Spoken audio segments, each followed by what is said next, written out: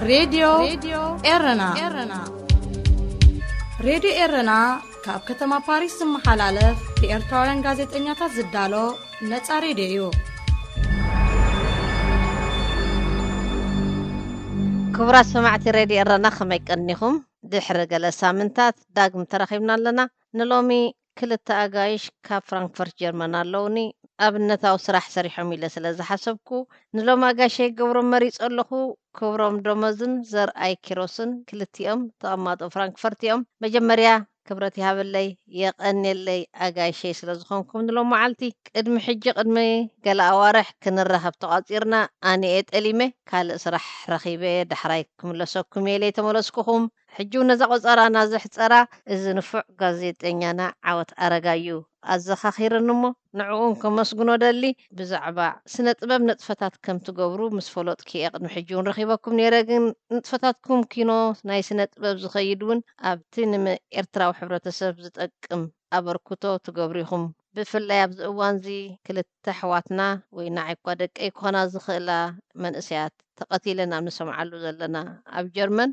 نز كله تسمع زلو أسنبادي قتلتن صعبينون كأني نابز صعبين زمس أننا نجر دخون قله دقف كجبر الخون إذناتكم نطفتاتي لوني حسب سلازي صنعتها بوم نمولو صدرا بيت بتي حزن دزا قدو نخلنا إرتراويان كأدق إمنا نحاسبولو نابزي شجر زود أنا زلو خناتات كنفتش سخم كاب أرباب تخابي خمس لو زلو زعبا زنا قرزت فلت أنا قرنت اللي وي مزر استنازت أساسر تخينو كتبره ليهم نخلت يخم أتعدل كقد فولكمي ماني خجمر قدم بعلكم يخم بيم باكبرو منكم يخجمر دحان كم درجانا زرع جمر كده يا سلام نعم يكون كبرات أحواتي مجمرتا أن حاربو كلاتي كاب إرادي إرينا مالتيو كما زغني فتو كما هرادي إرينا هاني نزي صفوف زغون السرحات ناينو ويح غزي حسكم زلهم مخاني بروفيشنال كحسكم زلهم كمون حونا عوات عرقايون كما زغني كاي فتوس كاب حجو قد زارينا نفلتنا ولا ون بقلقلو انت راخبنا نفلتن قل كم زعينة رأي ويكاني رديد بزعبا قلقلتنا بهمن لاوكا نعنا ون وصل زي والحوس كون يسمعنا مالتيو أنا بوجناي زرع كيروس أبراهام يبحث كفرانكفورتي ود فرانكفورت كان حجري كم حجري جريز وسطا كتما مالتيو يحرب عيتايكا كاب إرترا تزهونكو بزعية تراي قدس أب جرمن كاتزوم بزلو ختا فرانكفورت كاني ناي جرمن كاي قدسني لازم هن بالكلنا جن بزعبات حفلة السبنا إرتراوي ويكاني حزب أفريقيا تسليم أبزعد زلو بزعبو بوزح نقدس ولا وزح يتقيس كيز اللقي كل تحواتنا كبابينا هامبورغ تقتيلن زلوا مخاني بحدا كمان زهون حوي ناب جرمن زمسه كعرف له منالباش كاني منالباش وزني نابو خطاطح له مسيو جن اب حماق معلت بيعلو نسن كاني ابز مسيس وحسنت نركب زبلاون كاو تاز حسب ايكونن كالا غاطيمونا له مايس لذي حزبنا بوزح يحلف له بوزح ነገር كاني يغاطمو له نحنا دما كم ابونت هاوس مالت سناي ነገር بزي ገለ تثبيت مغبار مالت እንዲሁ نحنا دما بገለ تثبيت كاف حزبنا كيد لنا بقومو كنحجز استفላለዩ ሰባት ኮይና حبيرنا استبغسنا احواتنا موني لذي اب كمزينا نطف دلينا نتوم ناب جرمن زمصو اب جرمن عقبا زحتتو كمانا زخونو احنا ون اكالم زغنا حبيرنا كمي غيرنا اهين مهين دتبحلنا زتن داغبرنا اتن عنا زدلينا تنخولو بعلنا نغبرو زي نخولو خمنغستي حجز دغفنا طلبنا سمويا سبكلت كاني ندا صوعنا كنسرح ندلينا موني كومو كم زلك خاني اب غزي ساعات كاب بزحت تصميرومنا كومو خاني مسحونا كبروم كم سريو زلخ مالتيو سبكي لا سمويا سب طبب بزح زلو خلت كاني كصبرنا خلو كحوسنا خلو خاني عزيو دس يبلنا بحجون كحوسنا خاسر ندلي مالتيو ثانك يو يا غني اللي أتزرعي سنة أباو خبرم يغني اللي حرقو قلتا كمون عاويتا اب فرانكفورت بزغبرنايو حصير جن كازيمو قرصانحت نزي ساجست غيرو زخده كتغبرو مخالو نمسغنو بعبيو جن نتي راديو إيرنا بزي مسلكاي كاب نوح عمتات تغبرو زلهم بلبي نامسغنكو ازي اب حبرت سبنا زرق زلو تدغاغامي كسارا وي عنوت بتعمي يحزنني بتعمي يغوي قرب بزعبا نفسها خبرم قريتا من قاتيكا هو كبروم دوموز ولد قابر زمهرت بحال كمزي كلتا شحن 15 بجرمن مصي اب استفلالي عودتات ناي سنه طبب ينطف ابز اب اوبونت هاوس دما كاب كلتا شحن 19 كبابي ابز لخو مالتي تسنطباباዊ ሞያኻ እውን ጥቕስ ኣበሎ ክብሮም ሓንቲ መጽሓፍ ካብቲ ውህሉልሲ ሓንቲ ናብ ህዝቢ ተዘርጊሓ ማለት እዩ ከምኡ እውን ሓንቲ ፊልም ገለ ናይ ሲነማ ፊልም ካልእ ዝተፈላለየ ሓፀርቲ ናይ ጥበብ ስራሓት ብዝተፈላለየ መልክዑ ገለ ንገብር እቲ ስነጥበባዊ ሞያኻ ትንክፍ ኣቢልና ኣለና ድሓን ኣብዚ ናይ ሕጂ ረኺብና ዘሎ ጉዳይ እተበል እወ ምናልባት ስለምንታይ ሕጂ ከምኡ ድብል ዘለኹስ ከምዚ ናይ ብሓቂ ከምዚ ነዊሕ እዋን ኣብቲ ጉዳይ ብዝተፈላለየ መልክዑ ኬድና ኢና ንሕና ከም ኡቡንቱ ሃውስ ማለት እዩ ዋላ ዓቕሚ ክንድስ ዝድለ ኣይኹን ግን I am my sister's keeper ወይ ኣነ ዓቃቢት ሓብተይ ብዝብል ኣርእስቲ ከምዚ ሓደ ካብቲ ብስሩዕ ዝኽየድ ስራሓት ናይ ኡቡንቱ ሃውስ ከምዚ ኣጋጢሙ ዘሎ ወይ ነዚ ኣጋጢሙ ዘሎ ንኸየጋጥም ንምዕባል ዓቕሚ ሰብ ክንብሎ ንኽእል ኢና ማለት እዩ ምምዕባል ዓቕሚ ሰብ ብደቂ ኣንስትዮ ዝምራሕ ብዝተፈላለየ ነቲ ሕብረተሰብ ከንቅሕ ዝኽእል ዓይነት ስለዚ ኣብ ከምኡ ብዙሕ ነነጥፍ እናሃለና ከዓ ከምዚ ተደጋጊሞም ቶም ነገራት ክፍፀሙ ከለው ንመወቲ በዚ ኣጋጣሚ መንግስቲ ሰማይ የዋርሰን ነቶም ዝቐትሉ ወይ ኣብ ከምኡ ሃቐና ዘለው እግዚኣብሔር ኢዶም የሕፅረሎም ነቶም ወለዲ ነቶም ስድራቤታት ፈለጥቲ ናይተን መወቲ ድማኒ ፅንዓት ይሃብኩም ክብሎም ይደሊ ምናልባት ኡቡንቱ ከምቲ ዓንቲ ወይ ዝረኣይ ዝገለጾ እንታይ እዩ ዝገብር ኡቡንቱ እንታይ ማለት እዩ ኣነ ብዘይ ንስኺ ብዘይ በኣይ ወላ ሓንቲ ትርጉም የብልናን ብዘይ ዝኾነ ጠለብ ድማኒ እቲ ዘለካ ቀረብ ንህዝቢ ምቕራብ ማለት እዩ እዚ ከዓ እዩ ትቐንዲ ሕመረት ናይ ከይድና ማለት እዩ ሕጂ ዝተፈላለየ ስራሓት ኢና ንሰርሕ ክብለክ ከለኹ ንኣብነት ከምዚ ቀዲምኪ ክጠቕስዮ ፀናሕኪ ኣነ ኣብ ስነ ጥበብ ይነጥፍ ኢለ ግን ኣብ ሓደ ደረጃ ኣይውሰንን ኣብኡ ኣፀቢቐ ይደፍእ ነቲ ካልእ መሰረታዊ ነገራት ናይቲ ሕብረተሰብ ከዓ ልበይን እግረይን ክበፅሖ ክሳብ ዝኽእል ምስ ብፆተይ ኮይንና ንጎዮ ማለት እዩ ስለዚ ሓደ ካብቲ ናይዚ ቅንያት ተላዒሉ ዘሎ ንኣብነት ኣብዚ ማሕበራዊ መራኸቢታት እንታይ ትሰምዕ መሸቀጣይ ትግበርዎን ደቂ ኣንስትዮ ኣብ ከምዚ ጥራይ ተልዕሉ ገለ ኣጋጣሚ ኮይኑ ንሕና ከምኡ ኢኮና እንጥቀመሉ ከምዚ መዓልታዊ ፕሮግራማት ኣለና ቅድም እቲ ካብታ ሽማት ሒዝኩም እታ ትካል እንታይ ትበሃል ንምንታይ ዕላማ እያ ተመስሪታ ትናታ ዕላማ መዓስ ተመስሪታ ንምንታይ ዕላማ ዛስኩም ተካይድዋ ትካል በዓል መን ኢኹም ከተካይድዋ ሕራይ ዘራይ ኡቡንቱ ሃውስ በዓሉ እቲ ሽም ናይ ሳውዝ ኣፍሪካ ሽም ኮይኑ ኡቡንቱ ማለት ፍቕሪ ሕውነት ለውሃት ከምኡውን ጥራይ ዘይኮነ ከዓኒ ሰናይ ነገር ምግባር ገለ ከይተፀበኻ ማለት እዩ ናይ ሳውዝ ኣፍሪካ ሽም እዩ ንሕና ከዓኒ ኣፍሪካውንቲ ዝኾነ ኢና እዚ ሽም መሪፅና ዘለና እንግሊሽ ወይ ጀርመን ክንመርፅ ኣይደለና ኡቡንቱ ሃውስ ከዓኒ ውላድ ናይ ሓደ ማሕበር ፕሮጀክት ሙሴ ኮይኑ ኣብ 2005 ዕላዊ ዝኾነ ትካል ክኾን ከሎ ኡቡንቱ ሃውስ ድማ ካብኡ ኣብ 2014 ወይ 2015 ከዓኒ ፈሪው ተወሊዱ እቲ ኡቡንቱ ሃውስ ፍሉይ ዝገብሮ እንታይ እዩ ሰባት በብናቶም ክእለት በብናቶም ዓቕሚ ክዋስኡ ዝኽእሉ ኣብ ኤርትራውያን ጥራይ እኳ ዘይኮነ ክሕፀር ካብኡ ኪንዮ ዝተፈላለየ ሽግራት ናይ ማሕበረተሰብ ዘጋጠሙ ኣብ ወለዲ ኣብ መንእሰያት ኣብ ስራሕነት ኣብ ናይ ተምሃሮ ኣብ ስራሕ ዝናድዩ ሰባት ኣብ ናብ ጀርመን ዝኣተዉ ዝተፈላለዩ ሰባት ንዓኣቶም ዝዓለመ እዩ ማለት እዩ ነዚ ኡቡንቱ ሃውስ ኩሎም ኣብኡ ዘለው በትናቶም ክእለት ሞያ ምስ መንግስቲ እንዳተሓባበረ ምስ ካልኦት ትካላት እንዳተሓባበረ ግን ከዓኒ ብርእሱ እንዳተኣተማመነ ኩሉ ግዜ ወፃተኛ ዓቕሚ የብልኩምን ክእለት የብልኩምን ጸለምቲ ከም ዝባሃሉ ንሕና ግን ከምኡ ዘይኮናስ ብርእስና ተኣማሚንና ኣባና ዘሎ ፀጋን ክእለትን ተኣማሚንና ሓቢርና ኣብ ሓደ ማኣዲ ነውዕሎሞኒ ሓቢርና ድማኒ ዝተፈላለየ ፕሮጀክት ኣውፂና ውጥን ኣውፂና ንዑኻኒ ከነተግብሮ እቲ ባይታ ዝተፈጠረ ማለት እዩ በዓል መን ኢኹም መን ኢኹም መስሪትኩሞ መብዛሕቶም ኤርትራውያን ኮይኖም ኣብ ጀርመን ዝዓበዩ ወይ ከዓኒ ኣብ ጀርመን ነዊሕ ዓመት ዝገበሩ እዮም መስሪቶማ ኣነ እውን ሓደ ካብቶም መስራታየ ልዕሊ 7 ሰባት ኢና መስሪትናያ ሕጂ ድማኒ ኣብዚኣ 4 ሰባት 5 ሰባት ከዓኒ ከም ቀወምቲ ኮይና ንሰርሕ ኣለና ሓደ ከም ኣነ ከም ክብሮም ከም ራሄል ከምኡ ከዓ ሮቤል ዝበሃሉ እውን ኣለውና ናይ አይቲ ማለት እዩ ከምኡ ከዓኒ ምሕረታብ ፓስተር ምሕረታብ እውን ኣብኡ ዝተፈላለዩ ዕየታት ዝዓዩ ዝተፈላለዩ ሰባት መቸም ኣለውና ብጀካ እዚኦም ከዓኒ ካልኦት ኣብዚ ዘድሊ እዋን ንፅውዖም መመፅኦም ከዓኒ ዝተፈላለዩ ሞያዊ ካልእ ዝተፈላለዩ ክእለታቶም ዘበርክቱ ሰባት ከዓኒ ኣለውና ማለት እዩ እቶም መብዛሕቶም ካብ ቅርሚ ኣፍሪካ ካብ ኤርትራ ካብ ኢትዮጵያ ክኾኑ ከለዉ ካብ ኢትዮጵያ እውን ስለዘለውና ከም ሓውና ጆኒ ማለት እዩ ብቴክኒክ ዘገልግለና ብናይ አይቲ ዘገልግለና ብናይ ሚድያ ዘገልግለና ማለት እዩ ከምዚ ይመስል ካልኦት ከዓ ጀርመናውያን እውን ዝተሓባበሩና ኣለዉ መን ይሕግዘኩም ገንዘብ ካበይ ትረኽቡ እቲ መደብና ካባና በአና ኮይኑ መጀመርታ ዳርጋ 30 ዳርጋ እቲ ዝበዝሐ 60% 70% ብቮለንተሪ ዝኸይድ ኮይኑ እቲ ካልእ ግን መንግስቲ ጀርመን ባዕሉ እውን ንሕብረተሰብና ስነገልግል ዘለና በትሱ ዝፈልጦ ቋንቋ ነርድኦ ስለዘለና ናትና ተመክሮ ካስነካፍሎ ዘለና ነዚ ዕዮ ዝኸኣኒ መንግስቲ ፍራንክፎርት ባዕሉ ይተሓባበረናይ ድሮን እውን ድሕሪ 2 ሰሙን ኣብ ኦፊስና መፅኦም እቶም ናይ ሶሻል ሚኒስትሪ ናይ ፍራንክፎርት እውን ምሳና ክዘራረቡ ብዛዕባ ህልው ኩነታትና ክዛረቡ እዮም ሓደ ካብቲ ገለ ኣድረስ ንገብሮ ሸው መዓልቲ ማለት እዩ ብዛዕባ ናይ ደቂ ኣንስትዮ ብዛዕባ ኣዴታት ብዛዕባ ቆልዑ ማለት እዩ ስለምንታይ ዝኸኣኒ ምስ ህልው ኩነታት ክኸውን ከሎ ብዙሓት ደቂ ኣንስትዮ ኣዴታት ንኣሽቱ ደቀን ይሕደጋ ኣለዋ ስለምንታይ ይሕደጋ ኣለዋ ዝብል ሕቶ ምለፅ ኣለዎ ገለ ሰብ ሓዳራት ይቐተላ ኣለዋ ንስቲ ስለምንታይ ይቐተላ ኣለዎ ክምለስ ኣለዎ ደቂ ኣንስትዮ ከምቲ ዘድሊ ኣብቲ ዘድሊ ፅፍሒ ናይ ስራሕ ወይ ናይ ትምህርቲ ይበፅሓያ የለዋን ብዛዕባ እዚ እውን ምስኣን ክንዛረብ ስለዚ ኡቡንቱ ሃውስ ኣብ ሓደ ቦታ ዝድረት ዘይኮነስኒ ዝተፈላለዩ ፅፍሕታት ናይ ሕብረተሰብና ክሽፍን ወይ ድማኒ ዝጉድሆ ዘሎ ጉድሆታት ክትንክሪኦ ክመዝኖ ንዑ ዝኸውን ከኣኒ ውጥናት እንዳውፅእ ከኣኒ ክሰርሕ ዝደሊ ናይ ሰብ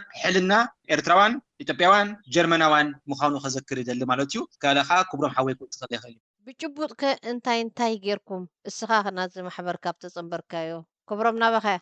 ምናልባት ሕጂ በታ ክስታይ ክጅምር በታ ኢትዮጵያውያን ኤርትራውያን ጀርመናውያን ገለ ትብል ቃል ናይ ዘርኣይ በኣ ክጅምር ምክንያቱ ኣብ ዘበርከትናዮምን ክሳብ ሕጂ ኣብ ነበርክቶምን ስራሓት ደቂ ሶማል ኣለውና ደቂ ሱዳን ኣለውና ገለ ክፋል ናይ ጋና እውን ኣለውና ስለዚ ገሊኦም እውን ካብ ላቲን ኣሜሪካ ኣለውና ብፍላይ ከዓ ኣብቲ ናይ ኡቡንቱ ፓሲዮን ኣርት ዝበሃል ወይ ድማ ኣብቲ ናይ ቲያትር ክፋሉ ኣብ ዝሳተፉ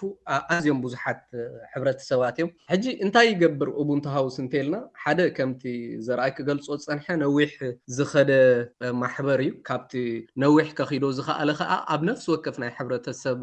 ንጥፈታት ብግቡእ ብዓቕሙ ከሳትፍን ይፍትን ማለት እዩ ሓደ ካብኡ ንዝበዛሕና ብፍላይ ነቶም ዝደሓርና ስደተኛታት ናይ ነፍሰ ምትሓት ወይ ድማ ኣብ ሓደ ጻዕዳ ሕብረተሰብ ኣቲኻ ጸሊም ስለዝኾንካ በይንኻ ዝተሰደድካ ወይ ድማ ዝተጸቐጥካ መሲሉ ናይ ምርኣይ ወይ እውን ጸቕጥታት ናይቲ ሕብረተሰብ ይረአዩ ሓደ ካብቲ ኡቡንቱ ሃውስ ዝምክተሉ ወይ ዝብዳሃሉ ከምዚ ዓይነት ነገራት ድማኒ ብመልክዕ ቲያትር ንጀርመናውያን ይኹኑ ንኤርትራውያን ይኹኑ ኣብ ሓዊሱ ማለት እዩ ኣብ ዘዳልዎ ብኦንላይንን ብህያው ዝኾነ ቲያትራትን ማለት እዩ ጀርመናውያን ባዕሎም እቶም መሰረት ናይ ስደት ወይ ድማ ካብ ቀደሞም ተሰዲዶም ከም ዝነበሩ ካብቲ ቀዳማይ ሚኒስተር ናቶም ጀሚርካ ሽሞም ቀይሮም ኣብ ዝተፈላለዩ ሃገራት ይነብሩ ከም ዝነበሩ ከረድኦም ይፍትን እሞ ኣረኣእያ ናይቲ ሕብረተሰብ ብልክዕ ኣብ ምቕያር ድማ ዓብይ ኣስተዋፅኦ ዝገበረ ስራሓት የበርክት ኣብ ከምዚ ነገራት ማለት እዩ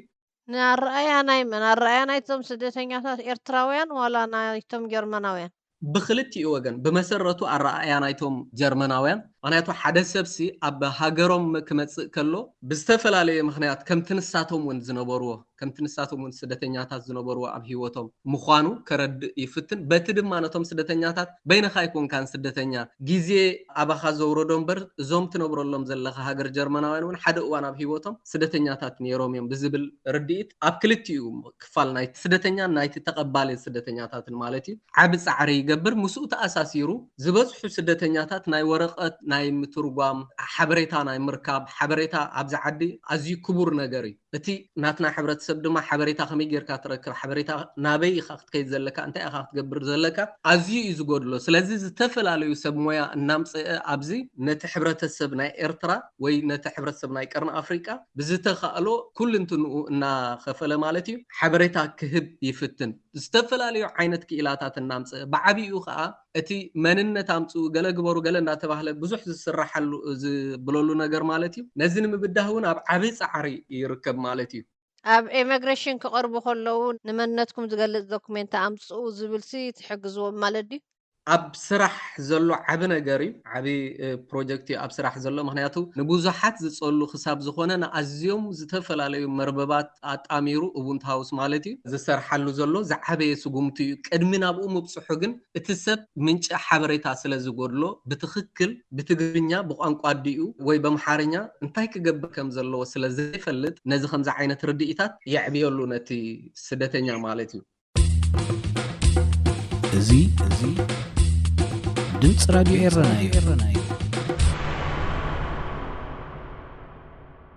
ኦኬ ናብ ዘርኣይ ክምለስ እቲ ብዛዕባ ደቂ ኣንስትዮ ህፃናት عب ولدي ويقولعو تقديشنا نسرحنا الكان نصني حكم مع عنتوي اسكب زعب اسي انتايا تفلوي بروجكت بزعدك نستيو هصاناتن نكايو مسلكي حرق حفتي بوزح اليوم صحفنا حج ولا مسخنا تزارب كل بزي حنت قال صحيفات كم باصني حمالتيو تايو بزحت ولدي عبيت مرتي بزح شجر كقاطم مخل حدا صلمت بمخانهم قامقا زي مفلاطهم بحال زي مفلاطهم استفلالي حجي بتم ولدي طرا زي كونس ولا بتم ممحران مالتيو زي مفلاز انتي بحال كمزي كالتشر بارير بحال مثلا بالانجلش ازلو مالتيو نفسه زقال حيال مالتي كلاي حزنايو زمصنا معت صقطات الله مالتيو معت كرتيت حزنايو زمصنا له صقطات مالتيو مستناي سدت ابت غزي عدت مالتيو لذي ازيتات كله بحسب كدامامر كله بزح سدتنيات ابداز مصلا سلام نابروم كجمرو ابزليلو مسانخلات يقطموم ازي مسانخلات زخانعوم بحدش يكون زقطموم زلو نعنا ونقدم زقطمنا زنبره حقنا السبره مولو انتجريشن نخنجبر مولو ابزاز بصاناي هاجر طعمنا تمدرخ نخنبلع كم دلاينا نتزبصح نخنمصحون نعنا بزحن كلات زخرناي مالت جين قدم حبيرنا تدماميرنا كلاتنا محبر فتيرنا شجراتنا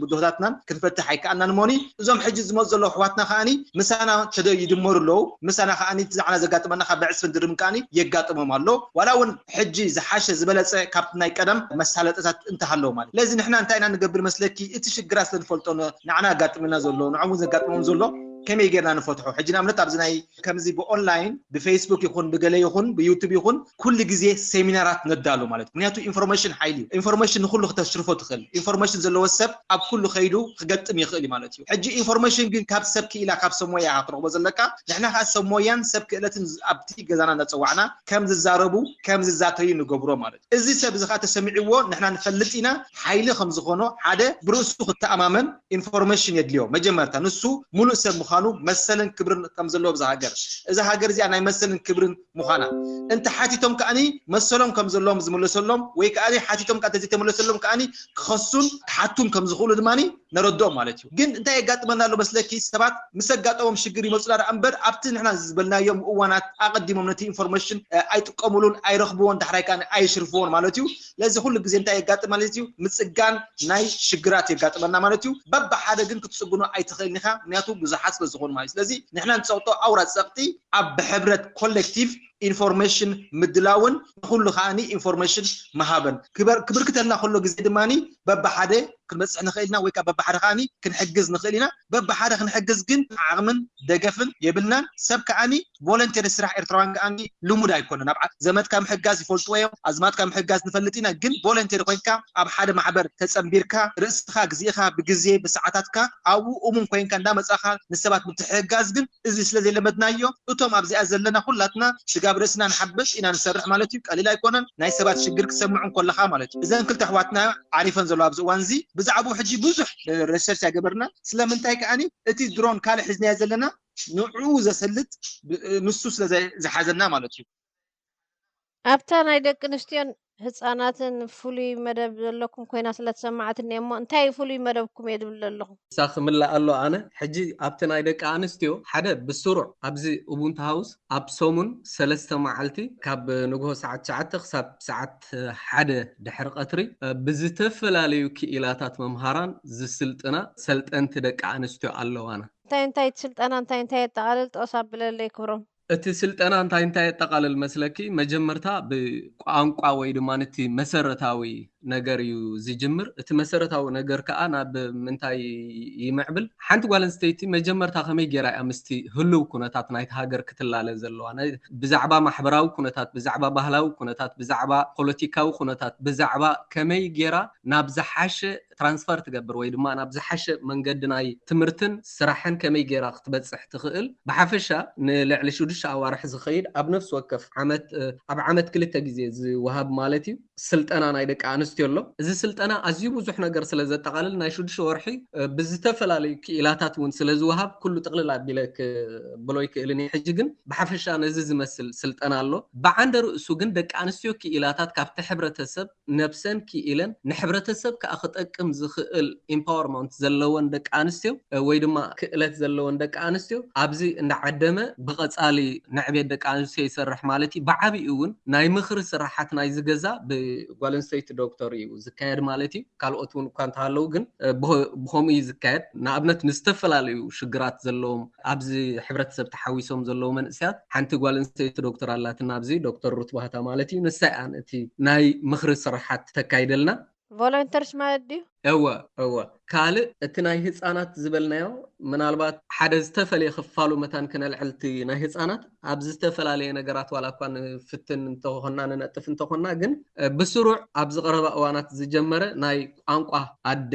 ትምህርቲ ማለት እዩ ሓደ ህፃን ንስድርኡ ከምዚ በዛ ዓዲ ዘለዉ ህፃናት እንታይ እዮም ዝብሉ ስድሮኦም ክዛረቡ ከለዉ ጊሃይ ምሽፍራኽ እንዳተጠቕሙ ወይ ድማኒ ሴክሬት ስፒክ እንዳተጠቕሙ ሱቱር ዘረባ እዮም ዝዛረቡ ኣብኡ ክበፅሑ ከለዉ ስለዝብሉ ዝበዝሕቶም ቆልዑት ምክንያቱ ትግርኛ ስለዘይመሃሩ ስለዘይፈልጡ ከምኡ ዕድላት ስለዘየለብዚ ነዞም ህፃናት እዚኣቶም ዋላ እውን ዓበይቲ ናብ ደረጃ መንእሰይ ዝተቀራረቡ ከምዚ ዓይነት ናይ ትምህርቲ ዕድላት ኣለና ብዓብኡ ግን ኣብዚ ከይጠቐስክዎ ክሓልፍ ዘይደሊ እታ አም ማይ ሲስተርስ ኪፐር ወይ ድማ ኣነ ዓቃቢት ሓፍተይ እየ ትብል ፕሮግራም በተን ኣብዚ ገዛ ሰልጢነን ኣነ ንመሰል ሓፍተይ ንመሰል ሓወይ ደው ክብል እየ ዝበላ ደቂ ኣንስትዮ በአን ትካየድ ብኡቡንቱ ሃውስ እናተካየደት ኮይና ኣብ ውሽጢ ኡቡንቱ ሃውስ ትቕፅል ፕሮጀክት ኣላትና ማለት እዩ እዛ ፕሮጀክት እዚኣ ዝተፈላለዩ ስራሓት ኣበጊሳ ኣብ መንገድላ ምናልባት እቲ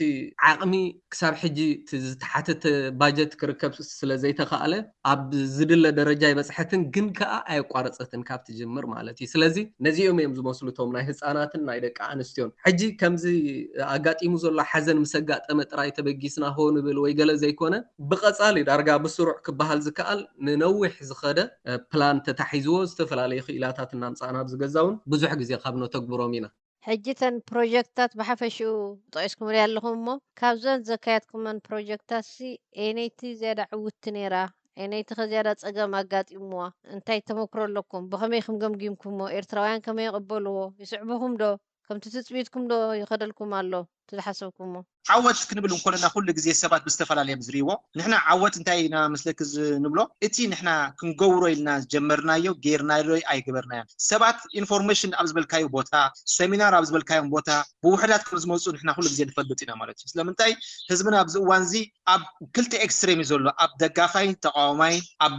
ባህልን ኣብ ዝተፈላለየ ልምድን ወይ ከዓ በዝኻ ፓርቲን ማለት እዩ ንሕና ግን ኣብዚ ኩሉ ዘይኮንና ኢንተርቴይንመንት ዘይኮንና ዘለና ኣብቲ ኣውራ ዝበሃል ነገር ሕዌት ሕብረተሰብ ምህናት መንእስያትን ወለድና ዘለና ኣብዚ ድማ ኩሉ ግዜ ውሕዳት ቁፅሪ ከም ዝመፁ ውሕዳት ጠቀምቲ ከም ዝመፁ ንፈልጥ ኢና ማለት ስለዚ ንሕና ክንጅምሮም ኮለና ወንስ ብዙሕ ትፅቢት ክትታትና ፅቢትና ኣባና እዩ ዘሎ ንሕና እሙናት ኮይና ስራሕና ክንሰርሕ ሎማዓንቲ ተዘይረኣይዎ ድማ ንፅባሕ ክርእይዎ ሎማዓንቲ ተዘይሰምዕዎ ፅባሕ ድማ ክሰምዕዎ እንዳበልና ኢና ንተክል ዘለና ልክ ከምዚ ሓረስታይ ከይዱ ዝዘርእ ኣብ ግዜን ሰዓዱን ክዓፅድ ዝፅበ ንሕና ከምኡ ብእምነት ኢና ንዘርእ ዘለና ማለት ንኣብነት ኣብ ገለገለ ሕጂ ንኣብነት ንገብሮ ኣዝዮም ውሕዳት ይመፁ ንሕና ግን ሕጉሳት ኢና ስለምንታይ ይመስለክ ሕጉሳት ትኸውን በቲ ኣሰራርዓና ዝገበርናዮም ሓደ ሰብ ደስ እንተይልዎ ባህ እንተይልዎ እሞ ከዓ ንሕና ከዓኒ ኣብ ኩሉ ዝገበርናዮ ስኒ ገለ ነገር ተዘይጉድልና እሙናት ኮይና ብምርካብና ብኡ ድሮ ንሕጎስ ኢና ማለት ሕጂ ቀፂሉ ድማኒ ነቲ ሃገር ነቲ ህዝቢ ከዓኒ ንሃንፆ ኣለና ኢና ንብል ዘለና ስለምንታይ ገሊኡ እዚ ከም ኣብ ምድረ በዳ ንዘርእ ዘለና ኮይኑ ይስማዓና ኣብ ምድረ በዳ ከም ንዘርእ ዘለና ኮይኑ ይስማዓና ኣብ ምድረ በዳ ትዘርእ እንተለካ ድማኒ እቲ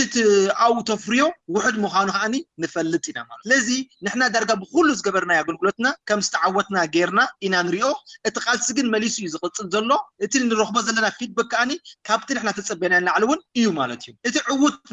ንብሎ ነገር ኩሉ ብኩሉ ተዓዊትና ተዝበልኩ ግን ካብቲ ሰባት ዝርእይዎ ዕውት ነገር ንብሎ ግን ብፍላይ እዚ ናይ ዓምደ ስነ ፅሑፍ ናይ ባህልና ልምድና ክንዕቅበሉ ንደሊ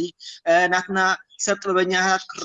ክርእዩን ክረኣዩን ደልየሉ ንሱ ጽቡቕ ይኸይድ ከም ዘሎ ከምኡ ጥራይ ኢኮኖሚስ ዳርጋ ዓለም ለኸ ምንጻፍ ከም ዝገበርና ገይኑ ይስማዓና ማለት እዩ እዚ ድማኒ እቲ ንኤርትራውያን ወይ ድማኒ ንኤርትራውያን ጥራይ ኢኮኖሚስ ወላውን እቲ ንጀርመናውያን ዝዓለመ ወይ ከዓ ንኻልእ ሕብረተሰባት ዝዓለመ እውን ኣዝዩ ጽቡቕ እዩ ለምንታይ ወላ ዓንቶ ሓቲት ከይደርክ ንክብሮም መን እዩ ምንቅቃሕ ሓምፂኹምሉ ብዛዕባ ናይ ስደተኛ ዝብልኪ ጀርመናውያን ባዕሎም ታሪኾም ንነግሮም ኢና ታሪኾም ስኒ ኣብ ስደት ከም ዝተሃነፀ ንሳቶም ውግን ወረውግን ከም ዝነበሩ ብውግእ ከም ዝሓለፉ ውግእ መናብር ትምህርቶም ከም ነበረ ካብ ውግእ ድማኒ ከም ዝተረፉ እዘለዎም ፀጋ ድማኒ ሕጂ ክጥቀሙሉ ከም ዘለዎም ምትራፎም ስኒ ንኻልኦት ከዓ ንክርድኡሎም ኢምፓቲ ሲምፓቲ ክርድኦም ከም ዘለዎም ወላ ንዕምነ ነናቃቅሖም ስለዚ ናትና ኣገልግሎት ኣብ ኤርትራውያን ጥራይ ዝተሓፀረ ዘይኮነ ስኒ ኪንዩ እውን ዝያዳ እውን ካብ ኣብ ኤርትራውያን ላዕለሲ ኣብቶም ምዕራባውያን ሃገር ንፍለጥ ካብ ኤርትራውያን ኣሕዋትና ብመንግስቲ ጀርመን ንፍለጥ ካብ ኤርትራውያን ኣሕዋትና ኦርጋናይዜሽን ብናይ ጀርመን ኦርጋናይዜሽን ኣብ ጀርመን ዘሎ ካልኦት ኦርጋናይዜሽን ብዝያዳ ንፍለጥ ለምንታይ እቲ ንገብሮ ዘለና ስራሕ ብውሕሉል ኣገባብ ብቀልጢፉ ዝረአ ብቀልጢፉ ድማኒ ክምዘን ዝኽእል ጌርና ኢና ንሰርሖ ዘለና ማለት እዩ ዘይተዓወተ ዝብሎ ነገር ክብለኪ ኣይክእልኒ ዘይተዓወተ ከዓኒ ምክንያቱ ስራሕ ፕሮሰስ እዩ ኣብ ግዜን ሰዓቱን ከም ዝዕወተ ንፈልጥ መመሊስና ኢና ንሰርሕ ዘለና ግን ንኣብነት እዛ ሕጂ ዝበልኩ ናይ ኤርትራውያን ደቂ ኣንስትዮሲ ብዝቀለለ ነገር ንዕን ክነውሕሰን ንኽእል ነንሕደን ዝላዛባሉ ይህን ዝበሃላሉ ዕብ ክንምስርት እንደሊ ስጋብ 4000 ይሓተና ማለት እዩ ወይ 3000 ስጋብ 4000 ይሓተና ንሬሳ መኸዲ ተንሓትት ነርና ዳርጋ 30,000 40,000 ክንእክብ ምስቃልና ነርና ማለት እዩ ግን ኣሕዋትና ኣብ ሬሳ ኮይነን ከይርከባ ከም ቀራይዛ ኮይነን ከዓ ናብ ኤርትራ ምን ከይከዳ 4,000 ንዕኖ ዋፅእ ክንብሎም ግን ከም ዘይዋፅእ ንፈልጥ ማለት እዩ ወይ ድማኒ ብዙሕ ፀርፊ ብዙሕ ገለ ነገር ከም ዝመፀና ንፈልጥ ሞኒ ካብኡ ድማ ድሕር ንብል ድሓን ምናልባሽ መገዲ ይህሉ ይኸውን መገዲ ይርከብ ይኸውን ሓንሳብ ፎከስ ንግበር ጥራይ ካልእ እንዳሰራሕና ነፅናሕ እንዳበልና ንፅበለና ምናልባሽ ግን ሓንቲ ኤርትራዊ ሓደ ኤርትራዊ በዚ እዋን ዝሰምዕ ዘሎ ኣነስ ኣሕዋተይ ክሓውያ ድልየ ብሕጂ እውን ይህን ዝበሃል ላሉ ዘተ ጽቡቕ ፕላትፎርም ትኽእሉ ተኾይንኩም ኣንኻ 3,000 ሓቢለን ኣሕዋተይ ከድሕን ይደልየ ዝበለና ተኾይኑ ክረኽበና ይኽእል እዩ ማለት እዩ ግን ከምዚ ዝበልኩ ንሬሳ ክንዋፅእ ንዓዲ ክንሰድድ ድልዋት ኢና ግን ከምኡ ንኸይጋጥም ነዋፅእ ክንበሃል ኮለና ግን ብዙሕ ፀርፍን ብዙሕ ነገርን የጋጥመና ማለት እዩ ለዚ ህዝብና ናይ ኣእምሮ ለውጢ ምቅያር የድልዮ ኣሎ ማለት እዩ ክንቅየር ክንክእል ኣለና ይህን በሃለሉ ዘተ ፕላትፎርም ሓሳባት ንላዋወጥሉ ወላ እውን ከምዚ ጎፋውን ሚክኸውን ኮሎስኒ ዝምዕብል ዘላቂ ዝኾነ ንኹሉ ከሰልጥን ንኹሉ ክፍውስ ንኹሉ ክኸውን ዘሎ ጽቡቕ ካብ ንሓደ ዝሓመመ ገንዘብ ምውፃእ እንታይ ደኣኒ ብዙሓት ክሓዊሉ ክፍወስሉ ዝኽእሉ ሆስፒታል ገንዘብ ምውፃእ ይሓይሽ ካብ ንሓንቲ ሰብ ፍዋስ ምውፃእ እንታይ ደኣኒ ብዙሓት ሰባት ደቂ ኣንስትዮ ሓቢረን ቢዝነስ ክገብራሉ ዝኽእላ ምውፃእ ይሓይሽ ምክንያቱ እዚ ነገር እዚ ዘላቂ ይኸውን ጽባሕ ድማኒ ካልኦት ነገር ክወልድ ይኽእል ማለት ስለዚ ካብ ስምዒት ወፂና በአእምሮ ክንመላለስ ውጥን ከነውፅእ ክንክእል እዚ ትዝበለፀ ኮይኑ ይስማዓኒ ማለት እዩ ቴንክ ዩ ሓገዝ ዘይደሊ ኤርትራዊ የለን ኩልና ኢና ሓገዝ ንደሊ እቲ ደረጃን ዓይነትን ጥራይ ዝፈላለን ሓገዝ እምበር ክሕገዝ እናደለየ ከሎ ብነፃ ምዃኑ እናፈለጠ ከሎ ኤርትራዊ ናብ ከምዝኒ ሓገዝ ክህበካ እየ ከማኽረካ እየ ፀገምካ ክቐቃለልካ እየ መገዲ ክሕብረካ እየ ናብ ዝብሎ ትካላት ዘይመፀሉ ዘሎ እሞ ከዓ ብቋንቋኻ ከረዳእካ እየ እናበልካዮ ዘይመፀሉ ዘሎ ምክንያት ክትፈልጡ ኣኽኢልኩም ዶ ክብሮም እስከ ናባኸያ ካብቲ ኣባህላና ወይ ካብቲ መጻጻእና ክኸውን ይኽእል ምክንያቱ እንታይ እዩ ከምዚ ከብድኻ ሓምሊ ምልኣዮ ዝባንካ ወደቦ ይረኣዮ ገለ እንዳበልና ኢና መፂና ኣብዛ ሰዓት እዚኣ ሓረጉን ዘርኣይን ምሳይ ኣለኹም ስለዚ ኣነ ውሽጠይ ንዓኹም ክገልፀልኩም ብቕዓት እንተዘይብለይ ኮይነ እዚ ኮንፊደንስ እንተዘይብለይ ኮይነ ንወላ ሓደ ሰብ ክገልፀሉ ኣይክእልን እየ ምክንያቱ ካብ ኣነ ካብ ተመክሮይ ካብ ዝረኣኾሲ ብዙሕ ካብ ዝመፅእ ኣብዚ ዓዲ ሳብ ከምኡ ስራሕ ኣለኹ ማለት ስራሕ ኣለኹ ክብለኪ ከለኹስ ብዝተፈላለዩ መልክዑ ማለት ቀዳመይቲ እታ ሃሂልካ ክትዛረብ ዘይምኽኣል ፊት ንፊት ዓይነ ሰብ እንዳረኣኻ እዚ ከዓ እንታይ እዩ ናይቲ ኣመፃፅኣና ናይቲ ምጉስቋልና ናይቲ ኣተዓባብያና ወላ እቲ ኣተዓባብያና እቲ ተቐፂዕካ ጌጋኻ ተረዲእካ ዶ ዝብሉ መዓት ዝተሰራሕናዮ ነገራት ንሱ እዩ ንኣብነት ኣብዚ ኣብ ቪስባደን ፍሉስሊንግ ስትራት ዝበሃል ወይ ድማ ናይ ምኽሪ ቦታ ኣሎ እቶም ደቂ ካልኦት ዜጋታት እቲ ምኽሪ ብክንዲ ምንታይ ክቡር ዋጋ ከም ዝውሰድ ኣፀቢቖም ይፈልጡ እንታይ ክንገብር ኢሎም ድማ ይሓቱ ኣብ መወዳእቱ ኩሉ ክስታዮም ገሊፆም ንዝሃብኩምና ነመስግን እሞ እንታይ ክንከፍል ኢሎም ሓቱ ካብ እናብንቶም ጎረቤትና ሶማል ድማ ሕሉፍ ሓሊፎም እቲ ኩሉ ጉዳያቶም ተወዲኡሎም ክንዲ ገንዘብ ኣውፅኤ ናይቲ ጉዳያተይ እሞ ነዚስ ኮምፐንሴት ግበርኑ ወይ ድማ ካሕሳ ናይ ዝሃቡኒ ክትቡኒ ዝኽእሉ ትካላት ወይ ከዓ ምርሑን ኢሎም ይመፁ ማለት እዩ በንፃሩ ደቂ ዓድና ነቲ ዝዓበየ ጉዳይና ካባይ ጀሚርካ ማለት እዩ ነቲ ዝዓበየ ጉዳይና ክንዛረበሉ ኣይንደሊን ኢና ሕጂ እዚ ድማ ኣብቲ ናይ መወዳእታ ዝኸፍአ መልክዑ ዝወስደና ዘሎ ምክንያቱ ከምዚ ንባዕሉ ዝማሕበራዊ መራኸቢታት ከዓ ካልእ ፀገም ኮይኑሎ ኣብዚ ሕጂ እዋን ማለት እዩ ክንዲ ንኣብነት ከምዚ ሴክሹዋል ሃራስመንት ዝበፅሓ ሰብ ወይ ድማ ሴክሹዋል ኣቢስ ዝኾነ ሰብ ክንዲ ኣብ ሕጊ ከይዳ ነቲ ከምኡ ዝገበራ ሰብ ትኸስስ ኣብ ዩቲብ ከይዳ ጉዳያት ባዕላ ንህዝቢ ኣፀቢቓ ትዝርግሖ ማለት እቲ ዝኸፍአ መልክዑ ከምዚ ክትገብር ነይሩ እዚ ክትገብር ነይሩ ክገለ እንዳተባሃለት ናብቲ ጌጋ ዝኸይድ ጥራይ ኣብ መፃፅኣና ተዓብያና ኩሉ ተደማሚሩ ኣብዚ መፂና ከዓ ነቲ ንነብረሉ ዘለና ባህልን ሕብረተሰብን ብልክዕ ክንርድኦ ካብ ዘይምኽኣልና እቲ ዝቐለለ ኣስራሕያ ኮይንካ أنا حنت ساب أنت كم يالله سرح الكام منكبات إن كيف كا نبحق توصدك أخوي ناس حنتي إرتراويت كأب أكلي ولا بفيديو دوي قال خندقو تقطع تبكع ويتقطع خبكع نبي يوتيوب كيدو يخسكا سلازي من البات كمزي أما أنا تدمر زي فلتتنا يخم غيرنا زلوا السويت شجرنا أخوي نسمع زرأي كابتن مقدمة مبزو جرمن زعبي من سياتيخا እስኻ ዝነበርኩም ሃዋሁን እዚ ሕጂ ዘሎ ኩነታትን ኣብ ምንታይ መሳሰላ ምንታይ ይፈላለ نحن زمصانا الأوان أب شحن شعتي بيتين تسعين كيم ناسنتنا مزينا أبتو وانت خابو زحاس سدتنيات مزيب نيرو أبتو وانتي سدتنيات ولا حنت زقرب لهم نجارين برا جيرمان حد سدتنيات كم تعوبت فلت أيدلني نيرا صباح خدو دحرت صباح خدو نبرت لتسبنا برا تمرتي حابريت هتات ولا حنت نعنا زخون نجارين برا قرب نعنا داي فلينا نيرو مسلكي كلمتسم كلنا تعي عمره كم زخيت ربشنا هادينا قلنا مزينا مالتيو كم زنا حج مزولو بليبيا بيلكا بسودان بيلكا قلة ما عاد قست كلنا زلو قلة أي مسانا مالتيو بخبرتنا بأير سلز مسانا كم متقدمنا بزعد بس مسانا دحاني نيرو مالتيو جن إذا عدقن وصلي زبل أتموسفيري وهبنا نيرو بخم متقدماني ملو إنتجريت كنجبر أي كأننا إذا حج دماني بزح عدلات الله بزح عدلات من قصي خفتي وتمرتي قال استفعل عليه بفلاي كمان أنا بحكي سب أنت حكينه مالتي بزح عدلات استخفتوا للنجار الله بانصارو قل إتي أنباز أتصو بفلاي إرتراوي مجمرتا بأب عشلو نشتو بسوايلو كدمو سوا مبالو فرحي رعدي دعرو أبسوا خدمي كرتت أمور خزين ونان كاب تمرتي بمليسكا تسدد بعلو كميركا خوسيلكا ناي أمورو وطرتا كابو ناب سودان كاب سودان ناب ليبيا كاب ليبيا ناب ما كان لا بحر بيل كان نفس مسؤول كلها إذن هاي 4 عامات 5 عامات تزوسد إتي إرتراوه مسؤول كله نبز عدي تحاسيو إز مسؤولي نخفوا واسك أجزي وصدلو إتي تراوما قليل سزي كونه مالت لذي ناي كدم إز عدي ونعنا بدلنا إذا من حج خاني تقول عزومي بدلوا معلوموني كم زعينة استفلاليه خوينو إذا خوينو جن إبنا خن هبزي كنا زلنا تايراني أنت داينا نقبر زلنا كم حبرة السب كم حزبي كم حدا دك هاجر كم دك زيكاتات مالتيو حابيرنا كن يجرنا خن بدوق نبلالنا وتم نايك المحجي استزاي دالنا لهم حججن روماي كلمة زي كنا زلنا حابيرنا دماني إذن كنقبر علينا إذن وطن كنوص علينا منقص إذن قريبولنا لموني نعود ما 5 جيرنا حنقبر لنا زي قرب لنا دماني كنتقلب كنقل علينا لنا كنحبر علينا لذي زيوتين عنا زقدسنا انتو قرم تايل كنير كسي اتنا ايرتراوان زقدسني الكنير كنخي انتي مسلكاو نحنا ايرتراوان سيب لكله نعنا ترى زي كون عم زلنا ولا ون بسنت طبب جيرنا ناب كالوت كنكيدون كلنا اتوم ايرتراوان مسرا زلوسي امباورمنت نعم ناب كالو خيلهم كسرحون كلو نخالوت كيلهم كما خرو كلو نخالوت كيلهم سنت طبب ارت كغبرون كلو سني اتوم احوات ناس مليسهم يمعبول يم زلو مالك لازم نخالوت نقبر زلنا بر نمثل نعنا يكو سلامنتاي حدا اتناتنا عقمي ناتنا كلت يقلص الله كلاي كابتي وكسان وص علينا كابتي عنكل وص علينا نوهاد علينا ساساي احواتنا خاني احواتنا 5 جيرهم نحنا نقبر نخيل نايلو تسفا يرخبولهم ስለዚህ ዲናሚክ ዝኾነ አሰራር አይዘለና ንርእስና ኮይናስ ንኻሎት ክንከውን ንኽእል ንሕና ኤርትራውያን ማለት እዚ ኩሉ በሰላ ይሃልወና እዚ ኩሉ ስደት ነስተማቅሮ ንጣዕሞ ምድረት ናይ ዲክታቶር ይሃልወና እምበር ንሕና ኤርትራውያን እውን ንርእስና ኮይና ክንካሎት ክንከውን ንኽእል ኢና ንክንፍወስ ተደዲና ክንፍወስ ተፈቂድና አባና ዘሎ ጸጋታት ከአኒ ክግለጽ እንተ إذاعة الرين الدولية صوت أرسي مستقل على عينت سنة حساب راديو إيرنا ناصا دمز إيرتراويان دمز راديو إيرنا خبركم أجايشين إلى معلم عم مززام قطنا دينا قدم مززام ناقن نخلتكم عدل كبوكمي بزعبات تكال وهم بزعب حفشاوي تتقلقلوا محبرسب زلكم محبريتا قد ستولو كتهبونيهم تخبرهم يمسكنك مالت كم زحجة أنا من البات نابتي ناي سنة صحف أتوكيرو ويدو ما نابت ناي سنة بابا توكيرو زيادة قزارب عبزي بزح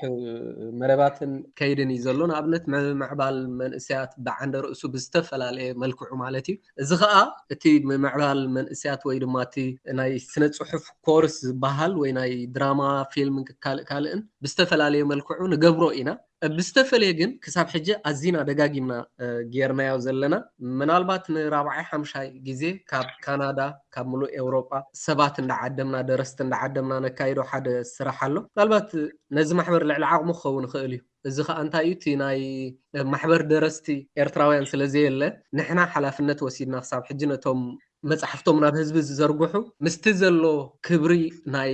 መልኣኺ ብዙሕ ነገራት ሳክሪፋይ እንዳገበርና ክሳብ ሕጂ ንኸይድ ኣለና ብሕጂ እውን ክንከይድ ኢና ኣብዚኣ ሕጂ ምናልባት እቶም ክሳብ ሕጂ ነቲ መድረኽ ዝተጠቕምሉ ደረስቲ ናብ ገለ ሓሳብ በፂሖም ነዚ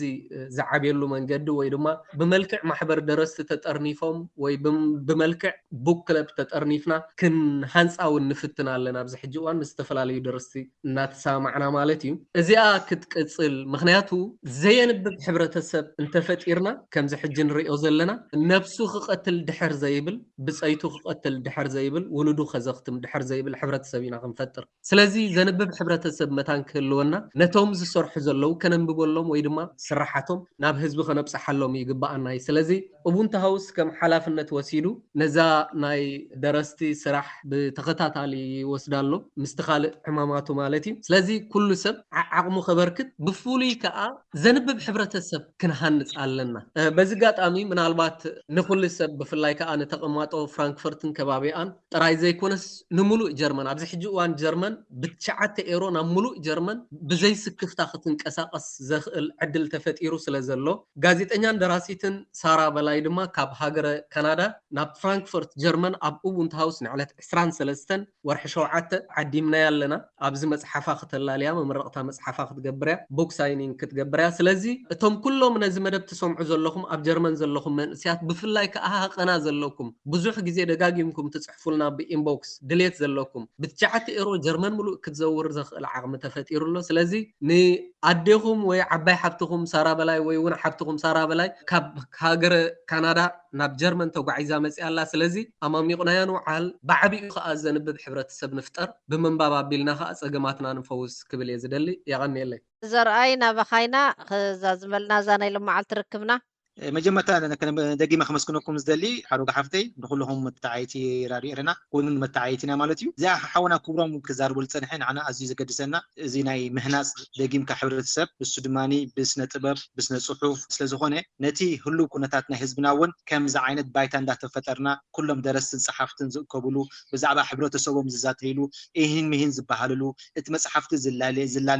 ዘላለይሉ ክኸውን ብፍላይ ከዓ ንህሉው ኩነታትና ብዛዕባ ሕብረተሰብና ብዛዕባ ዝተፈላለዩ ነገር ከዓ ስለዝዛረብ ነዚ ባይታ ንፈጥር ኣለና ሞኒ እዛ ተፈጢራ ዘላ ትህነ ዘላ ሓውና ክብሮም ምስ ብፆቱ ኮይኑ ዝመርሓ ዘሎ ማለት እዩ ኣለውና ማለት እዩ ፀሓፍትን ደረስትን ለዚ እዚዩ ድማ ኣገዳሲ ሕብረተሰብ ክህነፅ ተኮይኑ ናይ ዘተ ቦታ ክግበረሉ ክፍጠረሉ ምስ ተፈጠረ ከዓ ነቲ ሕብረተሰብ ከዓ ውናኻኒ ክሳተፍ ክሰማዕ ኣለዎ ሞኒ ከምዚታት ከዓ ንኡቡንቱ ሃውስ ካብቲ ዝገብሮ ብሕጂ እውን ዝደፍኣሉ ማለት እዩ እዚ ከዓኒ ዘላቂ ወይ ከዓ ነባሪ